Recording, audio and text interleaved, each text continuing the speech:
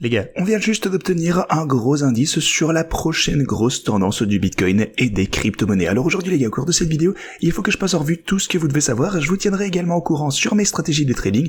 Je vous passerai également en revue les gros titres d'hier concernant cette guerre commerciale qui est en cours, ainsi que les points surveillés actuellement, parce que on a un gros danger qui plane sur le marché. Je dois vous en informer, ça risque de surprendre pas mal de personnes. Alors restez par ici du début jusqu'à la fin de cette vidéo pour toutes ces infos. Bienvenue à tous, je m'appelle Maxime et je vous apporte chaque jour des nouvelles vidéos en français sur les crypto-monnaies en vous apprenant comment vous faire de l'argent sur ce marché. Si vous êtes nouveau sur cette chaîne, alors soyez sûr de vous abonner et d'activer la cloche dès maintenant.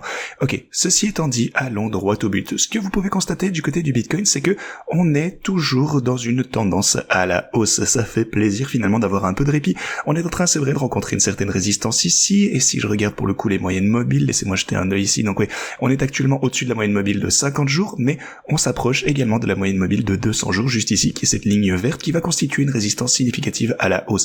Mais on est au-dessus de cette ligne en pointillé jaune, et il me semblerait que le cours aurait envie de poursuivre sa progression, une nouvelle accélération à la hausse.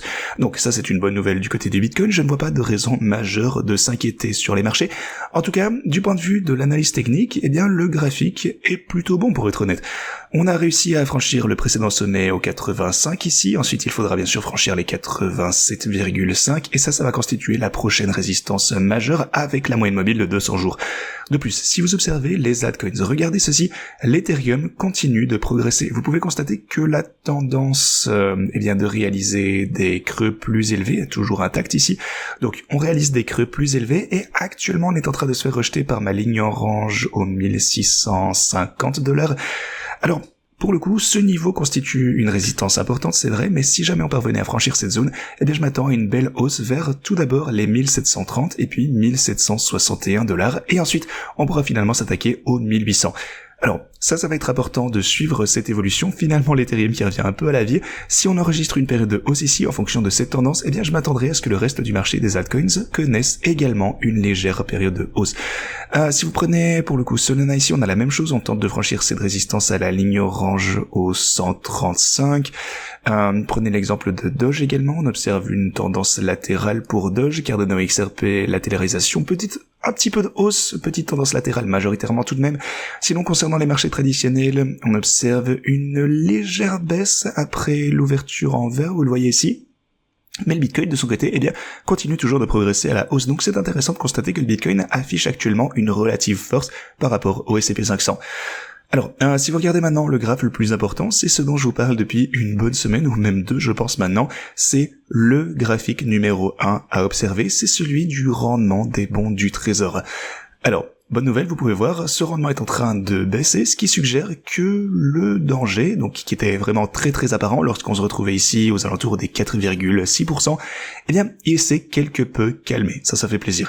Voyons maintenant si le marché va pouvoir être également un petit peu plus calme grâce à cette légère baisse du rendement du bon du trésor.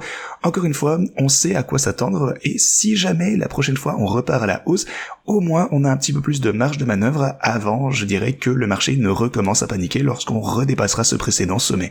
Donc je pense que tout va pas trop mal actuellement, il n'y a plus trop lieu de s'inquiéter à mon avis. Alors certes, les gros titres sur la guerre commerciale vont continuer à provoquer une certaine volatilité, mais ce qu'il faut aussi bien comprendre, c'est que chaque gros titre n'a plus autant d'impact que par le passé. Je pense que vous avez pu constater ça déjà avec les derniers droits de douane. Laissez-moi vous en reparler de toute façon un petit peu plus tard, mais tout d'abord un point sur les stratégies de trading. Alors il ne s'est pas passé grand chose, effectivement j'ai gagné un petit peu plus d'argent grâce à l'algorithme, grâce à la volatilité observée, mais rien de bien transcendant.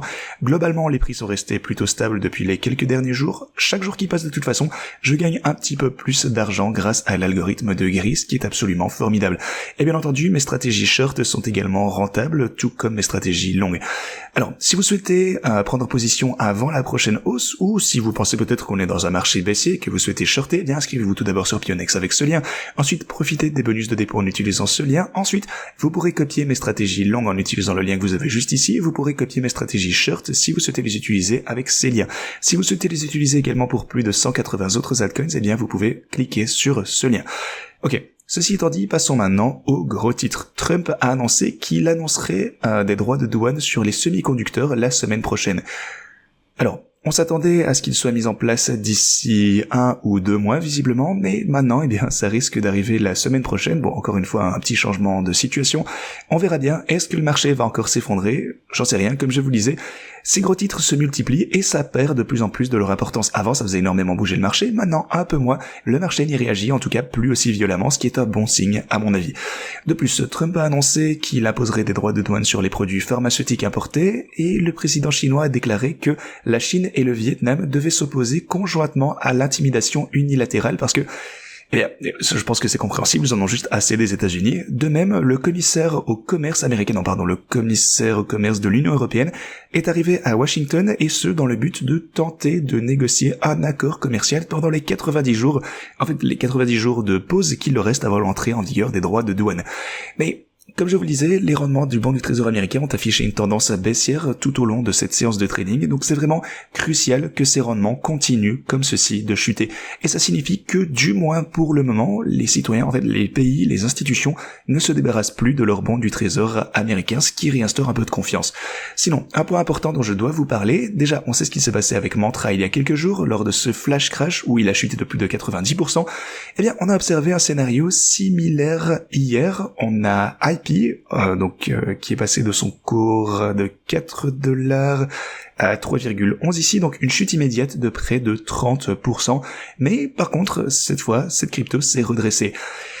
Mais voilà, c'est pour ça que je vous dis encore et toujours que le plus important, c'est toujours d'accumuler autant de Bitcoin que possible. Personnellement, j'utilise mes stratégies de trading, je suis très confiant dans le Bitcoin, c'est ce que je hold au long terme, ça restera probablement pertinent et toujours la crypto numéro 1 pour l'avenir ou peut-être même pour l'histoire de l'humanité, qui sait. Mais voilà, c'est la seule crypto en laquelle j'ai aveuglément confiance. Le plus important, c'est d'avoir le plus d'argent possible à la fin de chaque cycle, bien entendu. Les altcoins, c'est fait pour ça, mais le Bitcoin, c'est fait pour les garder. Que vous utilisiez ou non des stratégies de trading pour le Bitcoin, si vous cherchez la sécurité, par exemple, c'est peut-être le mieux. Le Bitcoin ne vous offrira plus, c'est vrai, un x10 ou même un x15 ou un x20 dans quelques semaines ou en quelques mois, comme les altcoins peuvent le faire. Mais il y a un moment pour investir dans les altcoins, et à mon avis, maintenant, ce n'est pas le moment idéal pour investir dans ce secteur. Parce que les altcoins vont également connaître d'énormes déblocages au cours des 24 prochains mois. Au prix actuel, il n'y aura pas un seul mois où moins d'1 milliard de dollars d'altcoins sera débloqué.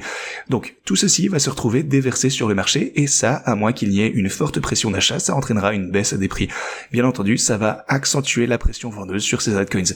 Alors, le plus important, c'est le Bitcoin. Il y aura un moment pour investir dans les altcoins pour multiplier les gains, mais pas maintenant. Sinon, un autre altcoin qui a un énorme déblocage qui va arriver dans 2-3 jours, c'est Trumpcoin. On va avoir un déblocage de 20%. 20% de l'offre en circulation va être débloquée et ça représente environ 324 millions de dollars. Donc, soyez très très prudents si vous holdez toujours vos Trumpcoin. Ok, ceci étant dit, du bon côté des choses, on a 2 nouvelles entreprises qui vont ajouter du Bitcoin à leur bilan. Alors pour le coup, on ne sait pas encore qui elles sont, mais ça ressemblerait davantage à Tesla, pas MicroStrategy. En fait, elles vont probablement lever des fonds pour acheter plus de Bitcoin, mais achèteront peut-être ceci pour intégrer à leur bilan. Je sais pas exactement les tenants et les aboutissants, mais voilà, c'est de toute façon bullish pour le Bitcoin, je ne vois aucune raison donc de m'inquiéter. Certes, il faut se préparer à de la volatilité, comme toujours, mais selon moi, la situation s'annonce mieux qu'il y a quelques semaines. Ceci étant dit, c'est tout ce que j'avais pour vous aujourd'hui, merci d'avoir regardé, et moi je vous dis à la prochaine.